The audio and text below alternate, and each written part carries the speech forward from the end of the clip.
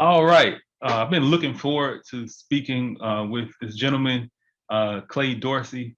Um, Thank you for doing this, taking the time out to do this, and I just want to dive right in. So, Clay, tell us about how you got started. Tell us about your business and how you got started, and how long you've been doing it. Well, we got started back in 2000, and from that point on, we've been in business doing various building types in commercial architectural arena. And of course, from 2000 up until now, that's like 22 years in business. Wow. Well, tell me this: the space that you are in, it seems to be uh, it seems to be in Alabama. That space, it's not a lot of people of color in that space. What got you interested in that? Is that something you always wanted to do? Is it something that you did in another aspect and then made a business out of it, or how'd you get started? In the architectural profession? Yes. Well, basically, you're right. There's not a lot of minority architects in this area. However, I had an opportunity to meet an architect here, a prominent Black architect, when I was in high school. And that's where basically it all started from there, through an excellence internship program. And then that kind of parlayed and morphed into going into college in the field of architecture. And then from there, I graduated and had an opportunity to do an additional internship and end up getting a job locally here in Birmingham. And after that, I worked about maybe 3 or 4 years in Birmingham, and I moved to Florida for a while. And then I moved up to the Washington, D.C. area and worked there for about 5 years. And had an opportunity to kind of do business at the time. I started my company prior to 2000. I started it back in 1999 up in DC. We had done very small projects in Virginia, Maryland, and the Washington DC area prior to moving here, opening up my company. So we just started to think about moving back where the competition was less than DC, because it's a lot of Black architects. There's the Mecca for Black architects.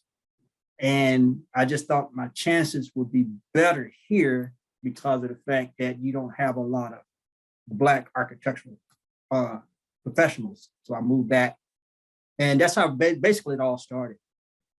Wow. So I definitely want to dive into that a little bit, but I got one question for you. So when you went to school to be an architect, you learned a skill, and then you worked in that skill.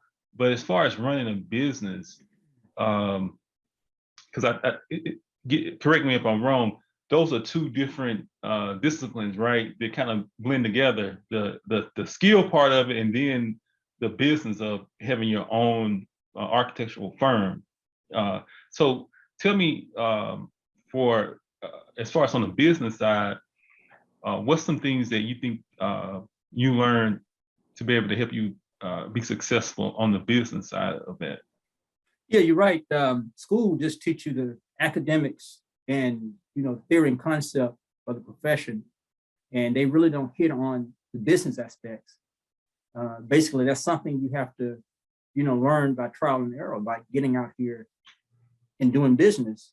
And that's for any profession, no matter what you're in.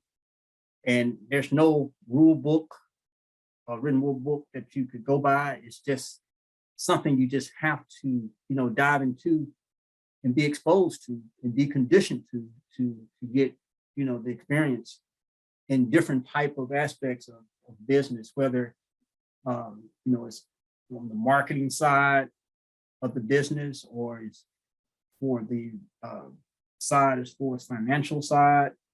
And also the business of architecture go hand in hand, because as you actually perform and practice architecture, you also are practicing business as well, because each time you meet a client, you always have to have some sort of contractual agreement. That's part of doing business, having a contract. And then also pretty much making commitments to scheduling your work and also invoicing for your work. So that kind of rolled into business itself.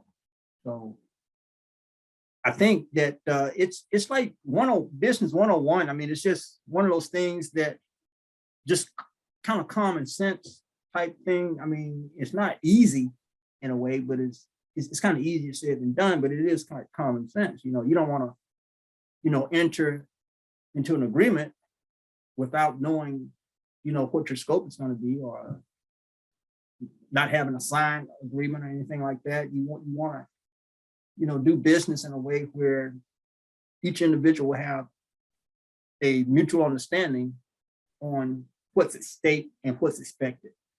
Like, for example, the way it starts is the way it should end. Just pure and simple. That's awesome.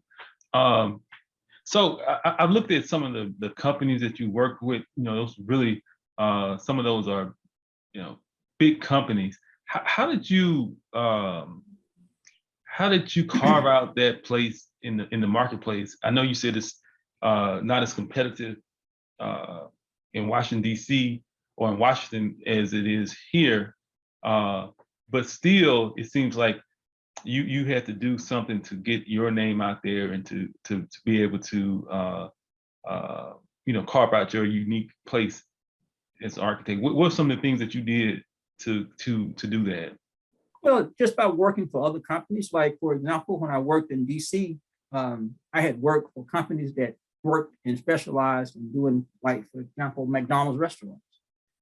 And I had that on my portfolio. So when I moved here to Birmingham, Alabama, I had something to show to market, to say, look, I've done these before. If you need any help, I would love to be involved. And I had met two entrepreneurs that had like 40 stores, Ed Levins, and also a gentleman by the name of, I can't think of his name, but the other gentleman was very popular, and he just passed away, but I cannot think of his name right now. But it was two big mega businessmen that started these McDonald's, and they were looking for a local architect, because most of the architectural work that was done in Alabama was done by an architect in Atlanta that was basically near retirement age. So they were looking for someone, basically back in when I started this, McDonald's business. I think it was like 2003. So that was just right on time. I'm just moving out of DC, just coming back to Birmingham. And, this was like bread and butter work. It wasn't real large projects, but it was something that I could just get under my belt and just keep my doors open. So that was kind of a win-win situation. And one of the partners' names that I can't really think of right now, but he was a major player. He also was a Broadway producer. I'm surprised you don't know him. I mean, he's a very well-known guy. I don't know. I can remember Ed Levins, but I cannot remember this guy's name for nothing. He also was very heavy in the marketing department for McDonald's. He pushed a lot of new products for McDonald's. He pushed the new menus. He came up with the jingles, for commercials that went nationwide and international. Anytime you hear McDonald's commercial, like back in the 70s, 80s, or 90s, that was all his doing. Like he came up with the characters, like Hamburglar and all this and that. But I cannot think of the guy's name. But it wasn't Ray Kroc, but it was another gentleman that was out of Atlanta, and he decided to move here to open up stores. And these two guys were actually the only two guys that had McDonald's in the state. And they had over 40 stores plus just in Alabama. And they had stores in Tennessee, Georgia, because we had worked in Georgia, Tennessee, and other surrounding southeastern states as well. So that was my experience dealing with them. And it was very, very nice to have, something where I could always have something going on when we don't have a large project. And then as far as the other projects, I mean, just so happened we came in at the right time, because a lot of times now when you deal with these capital improvement projects, especially school projects, they like to have minority participation. And it's not like what I think it should be. I think it should be the percentage of participation should be more than what it is. But we were able to participate in being part of the minority, as they call it, gold, minority gold of 25%. So that's how we were able to get some of the schoolwork that we got through that capital improvement program. And they started that back in the early 2000s as well. And each county in Alabama had their own, capital improvement program. And most of these school boards now have Black superintendents and also Black board members. So it just makes sense to have Black architects, Black engineers, and Black contractors to do the work. Yeah. But having said all that, I think more could be done and should be done to push the envelope even further, where a lot of these minority firms could have a larger stake of the projects when they come about. And the same thing with the airport authority. Again, FAA requires that you must have 25% of participation of minority architects or engineers or contractors, but we were fortunate enough to not go in as a sub, not go in as a second tier. We were able to go in as a prime on doing a large scale project for the airport aircraft rescue firefighting station that I don't know if you're from Birmingham or in the area, but if you're ever at the airport, you'll see this facility right off the taxi and runway. Yeah, So, yeah, I saw that. That's awesome. Let me ask you this: was there any unique challenges for you with COVID that affect your business any? Yeah, everybody had to kind of work like we're doing now. You see, I have a mask on because we have a few people in the office. So I mean, it's still affecting us in a way, and it did affect us because of the fact that we had to work out of our homes at one time, and now we're back in the office. So we were affected to a point, just like the other companies, but they considered us almost just like a necessary business to be open, like a first responder. So we never did officially close, like businesses like restaurants and, stores like, that we were able to stay in business. So we never shut down. Okay. So the project that you do now, and you being well established in the city, do you do anything to get those projects as far as marketing, or is it just basically just bidding on the different projects? No, you don't bid architectural professional services. Those services are pretty much we do RFPs and RFQs, proposal for qualifications and proposal for request for proposals. So we actually go in and market our project that we've done in the past to try to get our foot in the door. But it all boils down now to relationships and people that and if you work for a previous school board or something like that, they would recommend your name. Like we've done several projects down in the Montgomery area.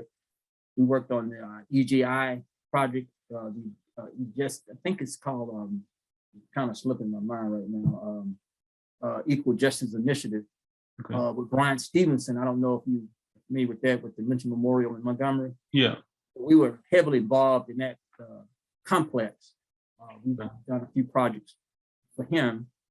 And that also parlayed into another social justice project for a park for the Civil Rights Memorial center in Montgomery. So that's how, we basically get our work.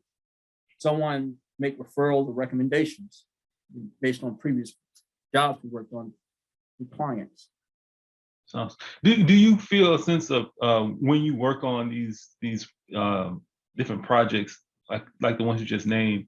Do you feel a sense of the fact that you are your legacy is being tied to these, like these great buildings and different projects? Do you ever think about that? Is that something that Yes, sure, because some of these projects have a lot of historical significance, like the Southern League Baseball Museum, the Negro League baseball players.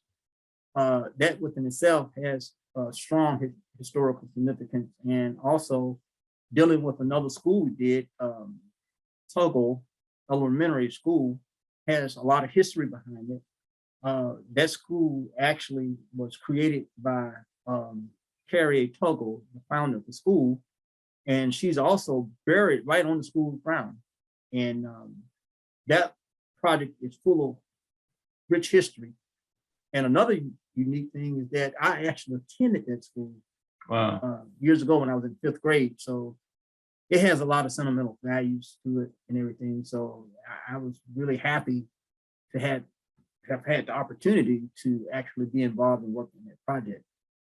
Wow. So way back when you met that architect and he kind of stirred up that desire to be an architect, did you imagine that you would be running a company of your size and of such significance? Is that did you envision that, or is it just kind of well, like everybody, has dreams. I just be honest and truthful. Yes, I did. I had some sort of imagination that I would like to have a business one day, be in business for myself as an architect.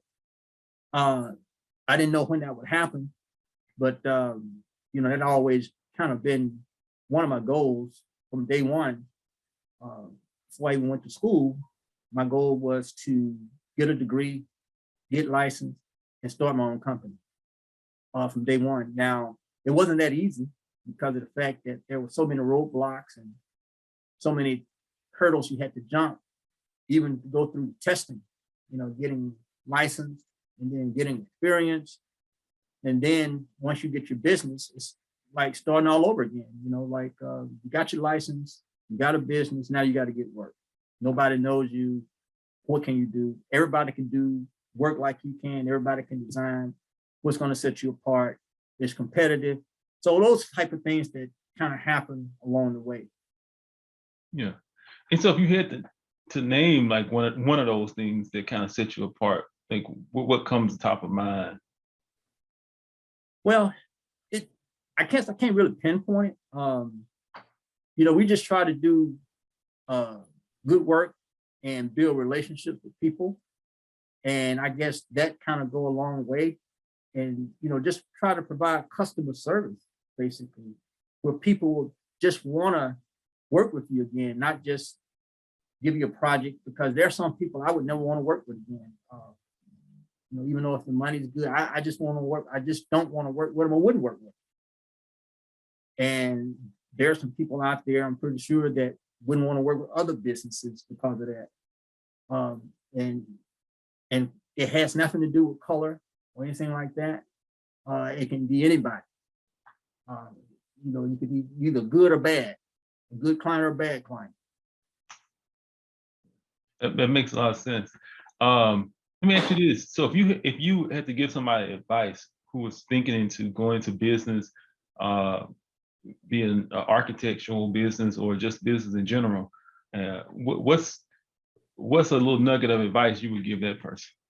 I would say go ahead and start off getting your education first and foremost, and then from there do an internship for at least a couple of years and get all the experience you can get under your belt, and at the same time try to set for the license exam and get the license exam behind you, whether you're going to start your own business or whether you're going to work in a company. Because right now we live in an age now which is a little different than when I first started out, that a lot of people now that are in their late 20s and early 30s, their opportunities now are different than the opportunities I had. And I'm gonna tell you why. Now, a lot of the younger generation, say like in their late 20s and early 30s, they're actually going in with larger companies and they're becoming like VPs of the company, big major international companies, which is good. And also we're represented differently now than we were, say, like 15 or 20 years ago, because we have an organization called NOMA, National Organization of Minority Architects, which is a force that has actually helped a lot of minority architects to get to the next level, to be involved in mainstream situations in the national organization, for example, like the American Institute of Architects, which was exclusively for whites. Now, a lot of the Blacks are coming in at an early age, and they're actually being able to infiltrate the AIA, American Institute of Architects. We just actually got our first minority Black woman selected as the president of the national AIA, American Institute of Architects, first time in history. And she's only 42 years old. So there's a lot that has changed, and there's a lot of things that we are pushing for as we speak. And I am not one of those advocate type architects, because right now you have different type of levels. You have practicing architect, which I am, in business. And then you have the architect that's more or less politically driven, that's out there trying to make a change in some form of fashion, whether it's through urban design, redesigning communities for the disenfranchised, and looking at the urban blighted areas.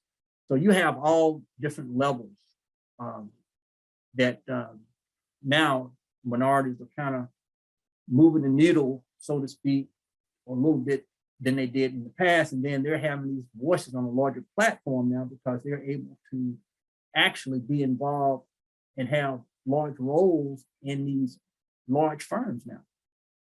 Hey, that's really something how things have progressed with that. Let me ask you this: as far as your business goes, like who are your customers? Are they just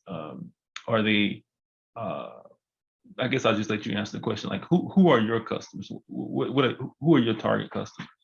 My customers are municipalities, airport authorities, school boards, private clients, such as social justice, dealing with the Civil Rights Memorial Center, dealing with the equal justice. So all those type of clients, basically that I kind of target pretty much. Okay.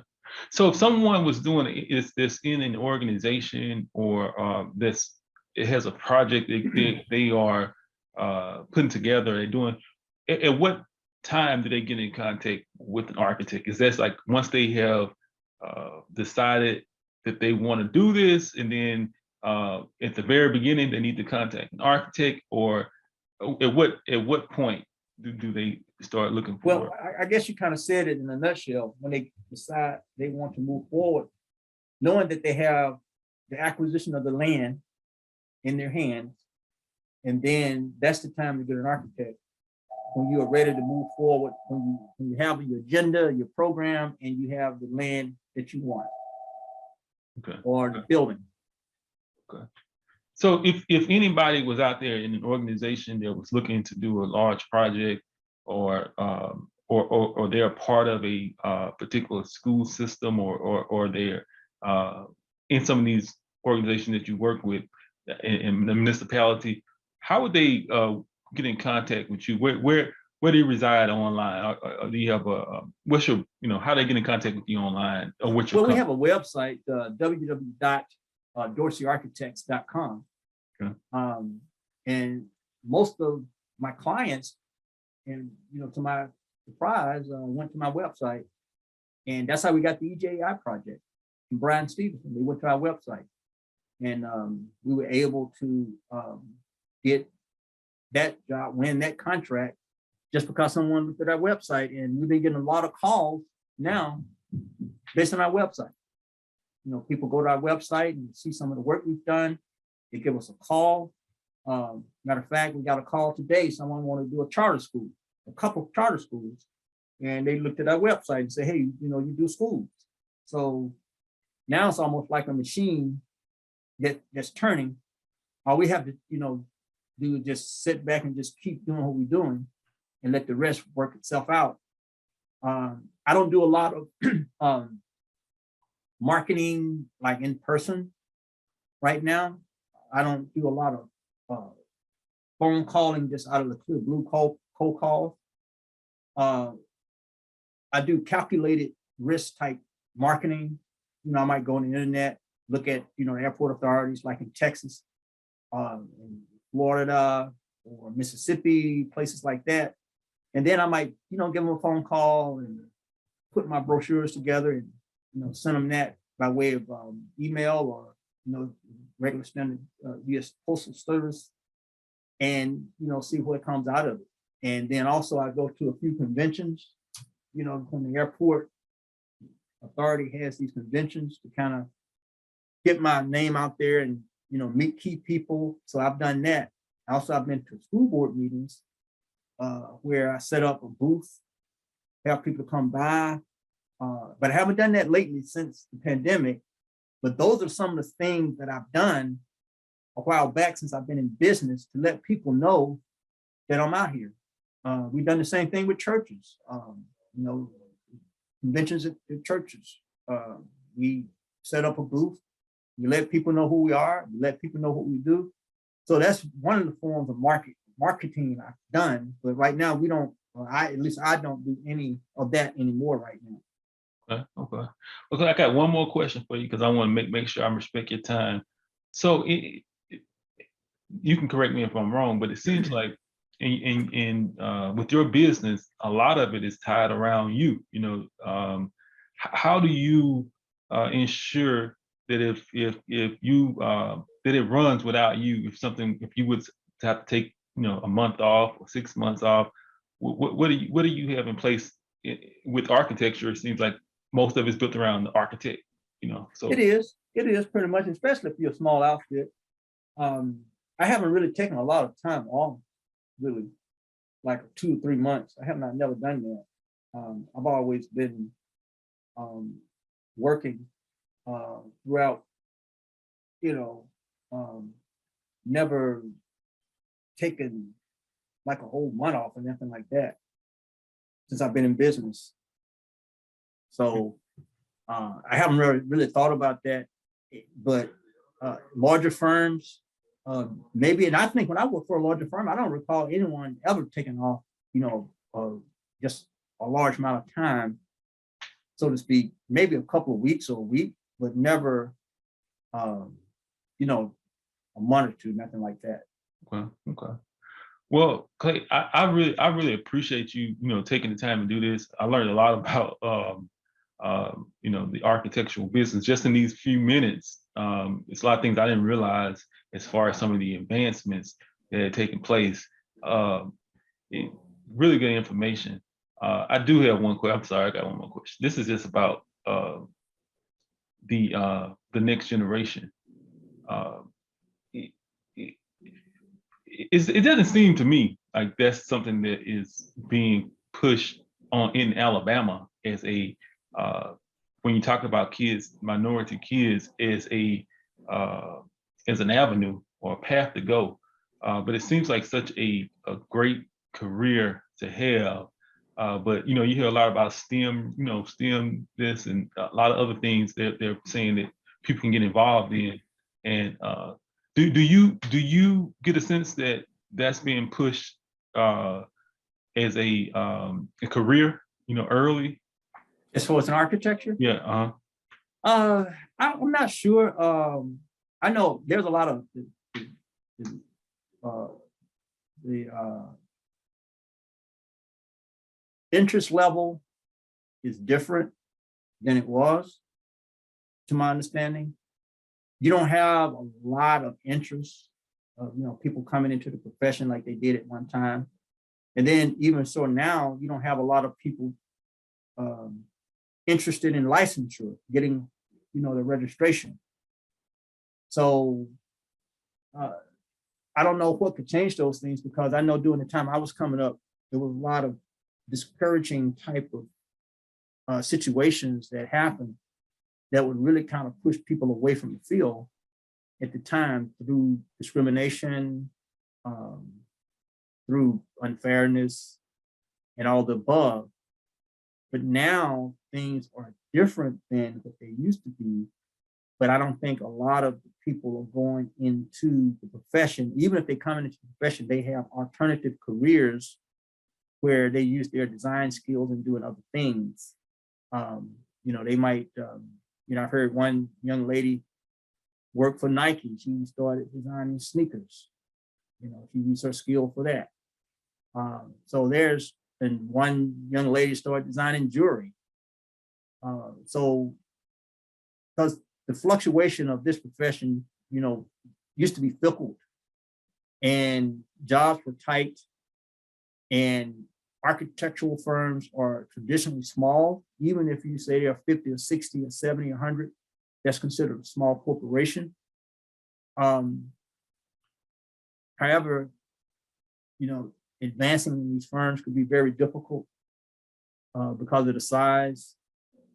That's one reason why I made my mind up that I wasn't going to try to climb any ladder at the time in anyone else's corporation, because I knew it would be virtually impossible. It would take a long time. And I just saw the writing on the wall. So I just decided that I could move up the ladder further. If I had my own business, I could become president. So I decided to do that, take that route. So that's how I looked at it. Because I worked for several different firms before opening up my company. And I just saw the same thing, whether it was a minority firm, white firm, whatever, they had the same type of structure.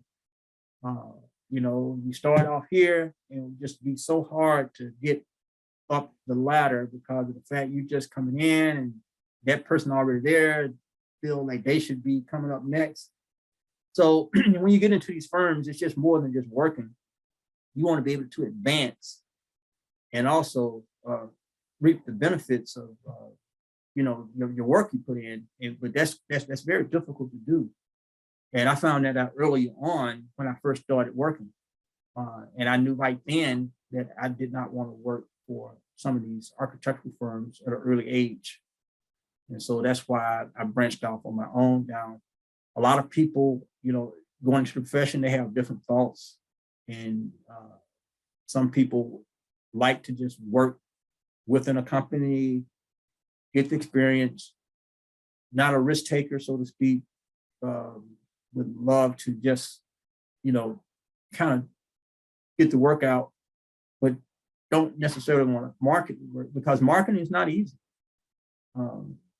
There's a lot of rejections, a lot of frustration, and a lot of people just don't want to be bothered with that. Yeah. And then there's a lot of, unfortunately, there's a lot of unscrupulous type people out there.